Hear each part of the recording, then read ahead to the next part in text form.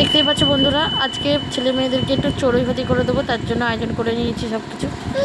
সব কিছু কাটাকাটি হয়ে গেছে, সবজি কাটা হয়ে গেছে, সব রকম সবজি দিয়েছি শীতের সময়। আর এই ফুলকপি আলু ভাজা হচ্ছে, দেখতেই পাচ্ছ বন্ধুরা। ফুলকপি আলুটা ভেজে তারপরে এই সবজিগুলো দিয়ে দেবো, দিয়ে ভেজে সব কিছু ফোড়ন দিয়ে দেবো একসাথে। তো কিছুই ফোড়ন দেবো না, তো 5 ফোড়ন দেবো, কাঁচা লঙ্কা দেবো, আর গোটা গরম মশলা দেবো, আর তেজপাতা। এছাড়া আর কিছুই দেবো না এই চড়ুই ভাজিতে।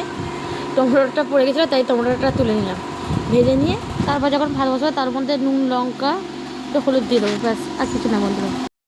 দেখতেই পাচ্ছ বন্ধুরা, এই চড়ুই ভাতি বসিয়েছি, আর উদলেও গেছে, সব সবজি দিয়ে দিয়েছি, আর এই ফুটছে। তো আর কাঠের জালে করছি বলে ধোঁয়াও হচ্ছে, দেখতেই পাচ্ছ। আর এই দেখো ফুটছে চড়ুই ভাতি, ফুটেও গেছে বললাম, ফুটছে দেখতে পাচ্ছ। তো চলো, হয়ে গেলে তোমাদেরকে দেখাচ্ছি বন্ধুরা। দেখতে পাচ্ছ বন্ধুরা, চড়ুই ভাতি আমার হয়ে গেছে। এবার নামিয়ে দেবো, আর নামিয়ে সার্ভ করে তোমাদের সঙ্গে দেখাবো। ভালো লাগলে লাইক কমেন্ট শেয়ার করে দিও।